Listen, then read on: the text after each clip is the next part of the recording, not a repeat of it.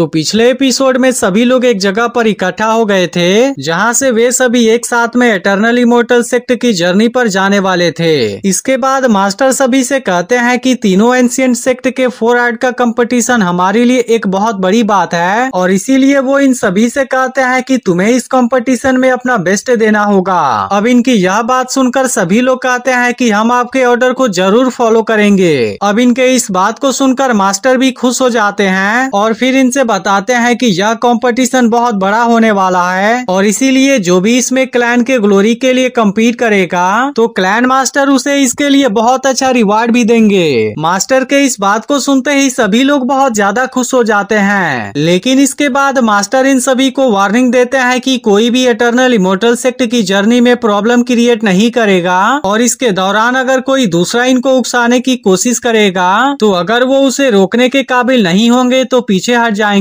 लेकिन अगर तुम्हारे पास में उनका सामना करने का पावर है तब तुम्हें अपने पावर का यूज करके उनको डिस्ट्रॉय कर देना होगा। इसके बाद मास्टर सभी से कहते हैं कि तुम याद रखना कि इटर्नल इमोर्टल सेक्ट में तुम सभी रॉयल सेक्रेड क्लैन के फेस को रिप्रेजेंट करने वाले हो। और फिर वो सभी से पूछते हैं कि क्या तुम्हें पूरी बात समझ में आ गई। तब मास्टर के इस बात पर सभी लोग कहते हैं कि हाँ, हमें आपकी पूरी बात समझ में आ गई है। अब इनके इस बात को सुनकर मास्टर भी खुश हो जाते हैं और फिर अपने पावर का यूज करते हैं, जिसके बाद यहाँ पर एक स्पिरिट बोट आ जाती है। अब इसे देखते ही टैन्यू बहुत ज्यादा एक्साइटेड हो जाता है और कहता है कि यह तो टॉप क्वालिटी वाला वेपन है, जिसकी वजह से ऐसा लगता है कि रिवार्ड भी एक्स्ट्रा ऑर्डिनरी होने वाला है। लेकिन अब मास्टर और बाकी लोग यहाँ से जाने के लिए रेडी हो गए थे और इसीलिए वो तुरंत ही अपने स्पिरिट बोट पर आ जाते हैं। अब यह देखते ही बाकी लोग भी तुरंत इस स्पिरिट बोट पर आ जाते हैं, क्योंकि इन सभी को एक साथ में ही वहाँ पर जाना था।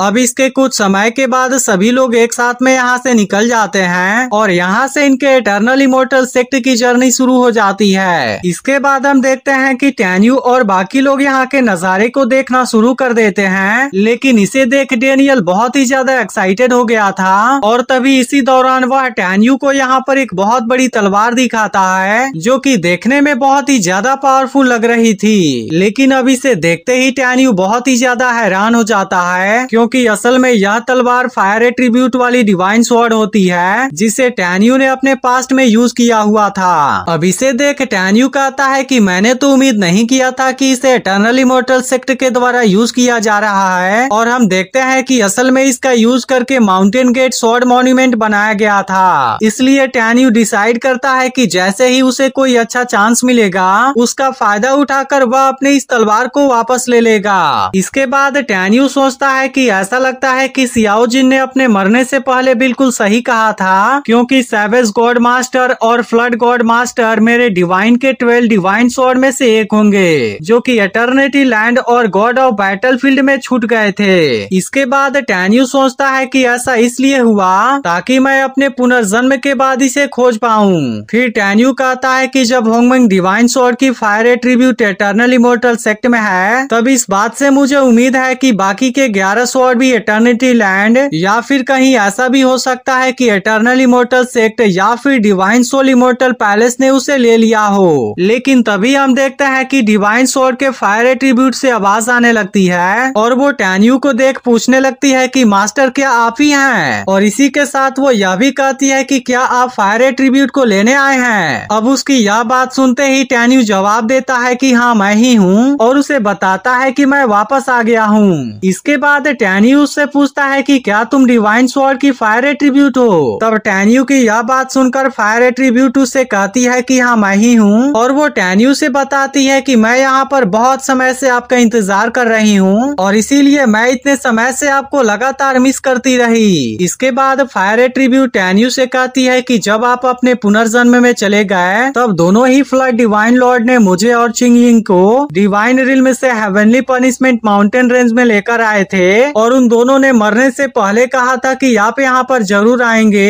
अब उसकी यह बात सुनते ही टैन्यू से पूछता है कि वो दोनों कहाँ पर हैं, क्योंकि उन दोनों डिवाइन मास्टर के मौत के बाद मेरे सब ऑर्डिनेट्स उनसे अलग हो गए थे, इसलिए मुझे लगता है कि अगर वो एटर्नल लैंड में नहीं है फिर वो गॉड्स ऑफ बैटलफील्ड में होंगे। अब उसकी यह बात सुनकर टैन्यू इसके बारे में सोचने लगता है और फिर उससे पूछता है कि कहीं उनको एटर्नल इमोर्टल सेक्ट या फिर डिवाइन सोल इमोर्टल पैलेस के लोग ने तो कहीं खोज नहीं लिया। लेकिन इस पर फायर ट्रिब्यूट कहती है कि वो दोनों जरूर ही दोनों बैटलफील्ड में से किसी एक में होंगे। लेकिन अब इतने समय के बाद फायर ट्रिब्यूट टैन्यू से मिलकर दुखी हो गई थी और फिर वो टैन्यू से बताती है कि मैं जब आपसे अलग हो गई थी तब उस वक्त मुझे बहुत ही बुरे तरीके से हिट किया गया था और इसीलिए अब आप स्वॉर्ड को हैंडल नहीं कर पाएंगे। इसके बाद वो टैन्यू से कहती है कि आप अपने सबऑर्डिनेट्स को यहाँ से ले चलिए क्योंकि मैं अब और ज्यादा आपको मिस नहीं करना चाहती। तब उसकी यह बात सुनकर टैन्यू से कहता है कि अभी इसके लिए सही समय नहीं है क्योंकि अगर मैंने किसी तरह से यहाँ के शील्ड को हटा भी दिया लेकिन फिर भी मुझे ऐसा लगता है कि मैं तुम्हें यहाँ से नहीं ले जा पाऊंगा, जिसकी वजह से इटर्नल इमोर्टल सेक्ट के लोग हमें एक्सटर्मिनेट कर देंगे। और इसीलिए टैन्यू फायर ट्रिब्यूट से कहता है कि अभी तुम्हें थोड़ा और ज्यादा वेट करना पड़ेगा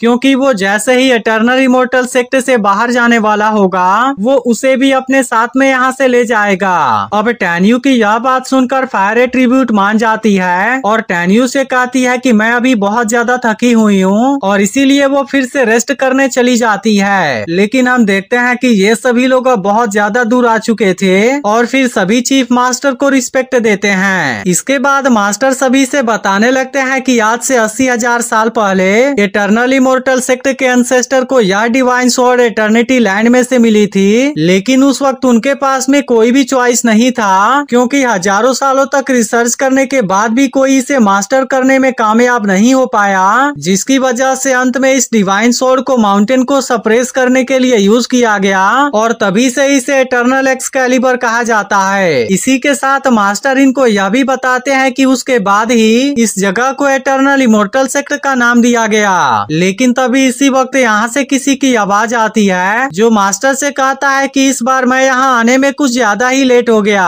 अब उसकी बात सुनते ही मास्टर स्पिरिट बोट में से नीचे आ जाते हैं, जिसके बाद वो आदमी इनसे बताता है कि डिवाइन सोल पैलेस के मास्टर अपने स्टूडेंट के साथ में 7 दिन पहले ही यहाँ पर आ गए हैं। जिसके बाद मास्टर उस आदमी से कहते हैं कि मैं आपका वेलकम करता हूँ और इसके बाद वो इस आदमी से यहाँ से आगे जाने का परमिशन मांगते हैं। तब इस बात पर वो आदमी मास्टर से कहता है कि मास्टर तेनताई आपका यहाँ पर वेलकम है और फिर वो इनको अपने स्पिरिट बोट को अंदर ले जाने के लिए कोई पोर्टल ओपन कर देते हैं, जिसके तुरंत बाद मास्टर तेनताई अपने स्पिरिट बोट के साथ में यहाँ से निकल जाते हैं। लेकिन इसके बाद हम देखते हैं कि यह मास्टर रुयान भी इनके साथ में यहाँ से जाते हैं। अब अगले सीन में हम देखते हैं कि ये सभी लोग दूसरी ओर आ गए थे, जिसकी वजह से सभी लोग बहुत ही ज्यादा खुश होते हैं और इस नजारे का आनंद लेने लगते हैं। लेकिन तभी हम देखते हैं कि टैन्यू इसके दौरान यहाँ पर कोई वेव भेजता है, जिसके बाद उसे समझ आता है कि यह तो जून फॉर्मेशन मास्टर थे जिन्होंने सुवानिंग स्ट्रेंगुलेशन फॉर्मेशन को बनाया था और इसी के साथ इसे पता चलता है कि इटर्नल इमोर्टल सेक्ट ने इसे इसलिए सेटअप किया था ताकि इस तरीके से वे लोग इटर्नल डिवाइन स्वॉर्ड और माउंटेन गेट को उनसे बचा सकें। लेकिन तभी इसी वक्त इनके ऊपर से कोई मास्टर अपने स्टूडेंट के साथ में गुजरता है और वो मास्टर तेनताई से कहता है कि इटर्नल इमोर्टल हॉल में मैं सबसे पहले जाऊंगा ताकि मैं डिवाइन सोल पैलेस मास्टर को रिसीव कर सकूं। और इसके बाद वो मास्टर तेनताई से कहता है कि हम फिर से मिलेंगे। अब इस बात की वजह से हम देखते हैं कि मास्टर तेनताई को गुस्सा आया था, लेकिन फिर इसके बाद भी वो कुछ नहीं कहते। जिसके बाद चीफ टैंक मास्टर तेनताई से कहती है कि यह रुयान वूजी तो बहुत ही ज्यादा उड़ रहा है और इसीलिए इस बात पर एक दूसरा चीफ भी गुस्सा हो जाता है और वह मास्टर तेनताई से कहता है कि यह रुयान वूजी तो हमें कोई भी रिस्पेक्ट नहीं दे रहा है। जिसके दौरान हम देखते हैं कि टैन्यू इनके बातों को बड़े ध्यान से सुन रहा था। अब रुयान वूजी के बाद से मास्टर तेनताई को भी बहुत ज्यादा बुरा लगा था, लेकिन इसके बाद भी इस बात पर वो ज्यादा कुछ नहीं कहते और कहने लगते हैं कि जब हमारे एंसेस्टर जिंदा थे